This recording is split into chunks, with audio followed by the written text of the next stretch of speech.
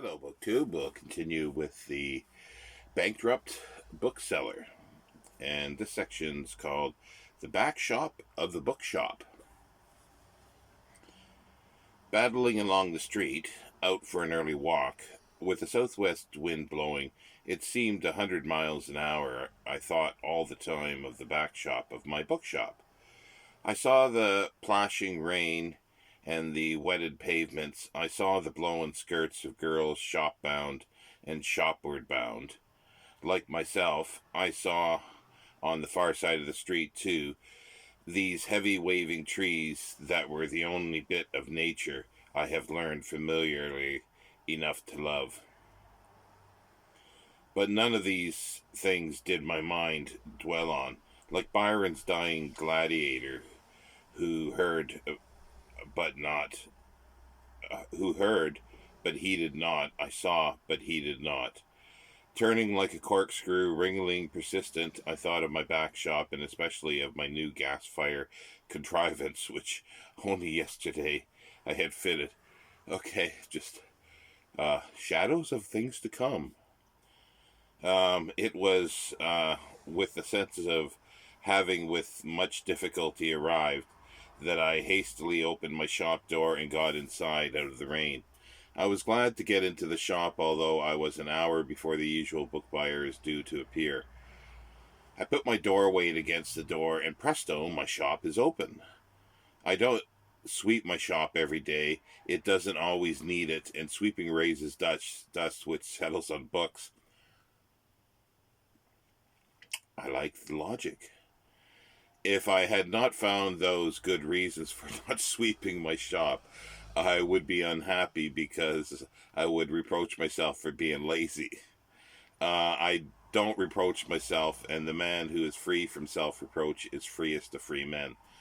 I believe, as Stevenson had said, in the importance of the grim condition of keeping friends with oneself, and a somewhat dirty shop, perhaps, is the grim condition in my case.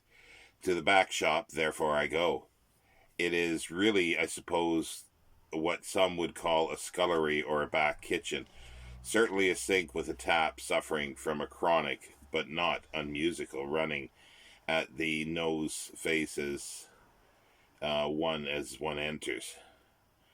A window with 12 panes on 2 sashes lets in the light from the neighbor's yard. It reveals a dingy room, some would think, but I find it a veritable haven. I write haven, and recollect such is the haunted memory of a bookseller whose 8 lines by Gerald Manley Hopkins. I often say them in this room, for though the writer thought of something unimaginably remote from me and this place, yet somehow they apply. And he quotes, I have desired to go where springs not fail, to fields where flies no sharp and sided hail, and a few lilies blow. And I have asked to be where no storms come, where the green swell is in the havens dumb, and out of the swing of the sea. I have the sense of haven here, and the new gas fire gladdens me.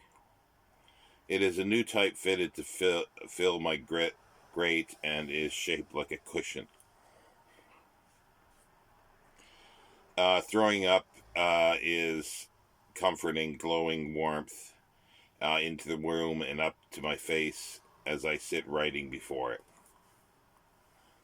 Besides it, I have another attachment on which I can boil kettle, and even if I want to do so, cook food. Above it is my mantel shelf, on which lies an ever-changing assortment of books. I have a leather chair for comfort, a camp bed, and 2 wood chairs and rush seats. With rush seats. Besides the leather chair, I have a most handy and convenient stool, on which I have papers and a pipe, or whatever I have had in my hand when called to duty from the comforts of my chair. Students of Cooper will observe that mine is an incomplete accoutrement. And he quotes, "So slow the growth of what is excellent, so hard. I attained perfection in this nether world. Thus, first necessity invented stools, convenience next suggests elbow chairs, and luxury the accomplished sofa last. I am satisfied with my stool and elbow chair. A sofa is unfashionable nowadays, and I do not blame the fashions. I have never wanted a sofa. It seems too commodious for me, and too crowded for two. No, it seems too commodious for one, and too crowded for two. I have always thought, and anyway, this room wouldn't hold one. There is barely room indeed for the big table and the cupboard which completes its furniture. The table I eat at, do my accounts at occasionally, for I hate them, read at, and at times have even bowed my head on it and gone to sleep. It has supported my table. It had supported much my table. May it support my needs as long as I require it. Certainly, I want no better. But my cupboard is an interesting feature of my back shop. It is unconnected with books except in so much as the bookseller eats and drinks, uses dishes and spoons like a Christian. I have an excellent stock of cups, saucers, plates, bowls, and basins. The ware is coarse white stuff with the most attractive blue pattern on it. I have the necessary cutlery assorted, it is true, but I can appreciate the variety of a knife with a cracked, stained yellow bone handle and an efficient, businesslike fellow, thin and almost wiry, with a corrugated metal handle. Some knives are bred for bread knives, and others seem to be born with a bloody thirsty intent. I am fortunate I have both kinds and a variety of others suitable for every variety of occasion. I have also decanters, glasses, and tumblers, for I drink beer, whiskey, and wine. This morning I make myself tea. I make it very weak and drink much of it, flavored with slices of lemon and sugar. I don't take milk. It is inconvenient to have about the room, such as mine, and I have weaned myself as well as my cat from it. I remember a tea planter I met once railing at the enormity of mixing a fine oriental vegetable decoration or brew-like tea with the vulgar animal product of a cow's udder. I feel the appropriateness of the Anglo-Indian's objection. I put in a lot of time in my back shop. I have no chairs in the front shop at all. When I mind the shop, I read lying over a counter, a restful pose, and one studiously bookish too, if one gets one's head rest on one's hands. If one lets one's head rest on one's hands. Elbows on the counter, digestion too, I think is rendered quiescent in this way. The ridge of the counter bisects the stomach and makes for repose.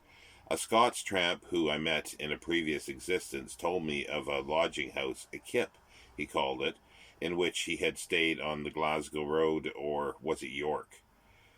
It was an old house anyway, which had seen better days, and its large rooms held dossers all round, each lying on the floor on mattresses, heads to the wall.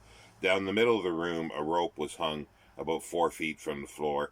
Those who could not pay fourpence for a bed on the floor could have a tuppenny hang. This consisted in hanging over the rope head, shoulders, arms, and the trunk on the one side, thighs, buttocks, legs on the other. The disconcerting, and these who had lost all things before made a pad of their coats. But the bare rope, my friend said, is not uncomfortable. It helped sleep too, the head being turned down, although the morning was a rude awakening, for the keeper of the house, who was no trembler, brought the strong men low by unshackling the rope.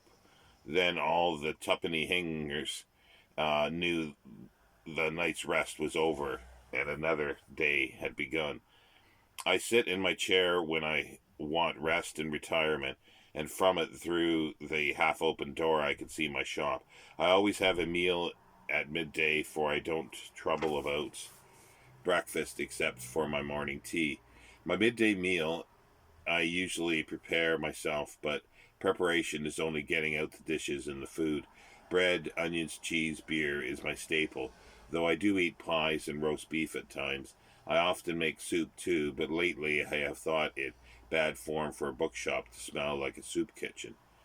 I contented myself with simpler things, and these entail practically no dishwashing, which reduces to the minimum, as it is with me, is still one of the greatest and weariness of the flesh. I always read at meals. It promises digestion in spite of what the doctors say. It has a great virtue too, for no reader at meals was ever a glutton for food. For one general who died of overwork, 9 died of overeating. The Duke of Wellington is alleged to have said that, and fond though I am of food, I am glad book reading never allowed me the time to be a gourmandiser. A few of the customers have discovered me in the back shop, and occasionally I have a pipe and a glass with them, but not often. The same scruple which makes me feel the incongruity of soup makes me feel the incongruity of turning this annex of my business into a bar. I am a public man, but will not make my shop a public house. I think there is something of the backwoodsman in me, for I have a lively sense of the necessity for the retreat from the public. I suppose I am really shy, but whatever my motive, I like the back shop no less than the shop, for if in the shop I am reminded that man does not live by bread alone, in the back shop I cannot forget how good it is for a man to be alone, to be able to shut out all the world and commune with the darkness within him, and he is pleased to call his own soul. Then then I can answer Whitman's question.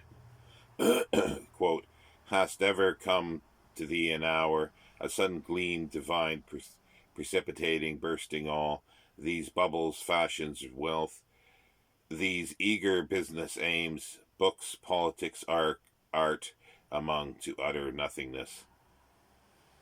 In my answer in an affirmation here, as I write in the back shop behind the bookshop, and that ends that section. Let's read the next little bit. Fellow feeling. Pity took me this afternoon looking out of my shop door. A man stood with a card. 4 years active service, no pension, unable to obtain work. I saw his case and mine were like honorable death, and had passed us by, and dishonored graves were our destiny. For all the tons of metal that were hurtled about for 4 years, one splinter each might have been our fortune. Then we would have had peace in one of those most peaceful cemeteries. Instead, he stands with his card, unemployed, and I peer out at him no less unhappy. Pity made me give him a penny, but whose image and superscription will be on the penny which would buy my thoughts. And that ends today's reading.